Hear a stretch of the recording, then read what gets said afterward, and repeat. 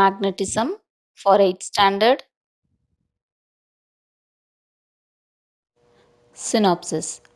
Introduction, classification, natural magnet, artificial magnet, magnetic properties, attractive property, repulsive property, directive property. Introduction. Magnets are objects of stone, metal, or other material which have the property of attracting metals like iron, cobalt, and nickel. The attracting property of a magnet is called magnetism, and it is either natural or induced. Classification. Magnets are classified into natural magnets and artificial magnets. Natural magnets. Magnets found in the nature are called natural magnets. They are permanent magnet, that is, they will never lose their magnetic power. These magnets are found in different places of the earth in the sandy deposits. Loadstone called magnetite, which is the ore of iron and is the strongest natural magnet. Mineral like pyrrhotite, ferrite, and columbite are also natural magnets. Artificial magnets. Magnets that are made by people in the laboratory or factory are called artificial magnets. These are also known as man made magnets, which are stronger than the natural magnets. Artificial magnets can be made in various shapes and dimensions.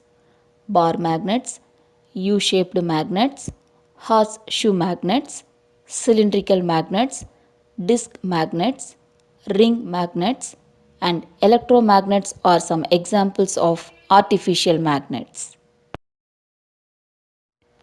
Magnetic properties, attractive property, repulsive property, and directive property.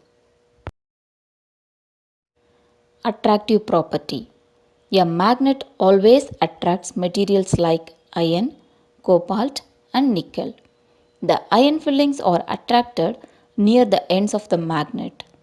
These ends are called poles of a magnet. The attractive property of a magnet is more at the poles. One pole of the magnet is called the North Pole and the other pole is called the South Pole.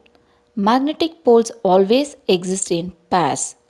What happens when a bar magnet is broken into two pieces? Each broken piece behaves like a separate bar magnet. When a magnet is split vertically, the length of the magnet is altered and each piece acts as a magnet. When a magnet is split horizontally, the length of the new pieces of magnet remains unaltered and there is no change in their polarity. In both cases, the strength of the magnet is reduced. Repulsive property. Take a bar magnet and suspend it from a support. Hold another bar magnet in your hand. Bring the north pole of this magnet close to the north pole of the suspended magnet. The north pole of the suspended magnet will move away. That is, a north pole repels another north pole, and a south pole repels another south pole. If you bring the south pole of the magnet close to the north pole of the suspended magnet, you can see that the south pole of the suspended magnet is immediately attracted. That is, the north pole and the south pole of your magnet attracted each other. Directive property. Suspend a bar magnet from a support using a thread. Ensure that there are no magnetic substances placed near it. Gently disturb the suspended magnet. Wait for a moment. Let it oscillate. In a short time, it will come to rest. You can see that the north pole of the magnet is directed towards the geographic north. Repeat the procedure a number of times. You will observe that the magnet is oriented in the same direction. This experiment shows that a freely suspended bar magnet always aligns itself in the geographic north to south direction. This property of a magnet is known as directive property of a magnet. Summary: magnets are objects of stone, metal, or other material which have the property of attracting metals like iron, cobalt, and nickel. The attracting property of a magnet is called magnetism, and it is either natural or induced. Magnets found in the nature are called natural magnets.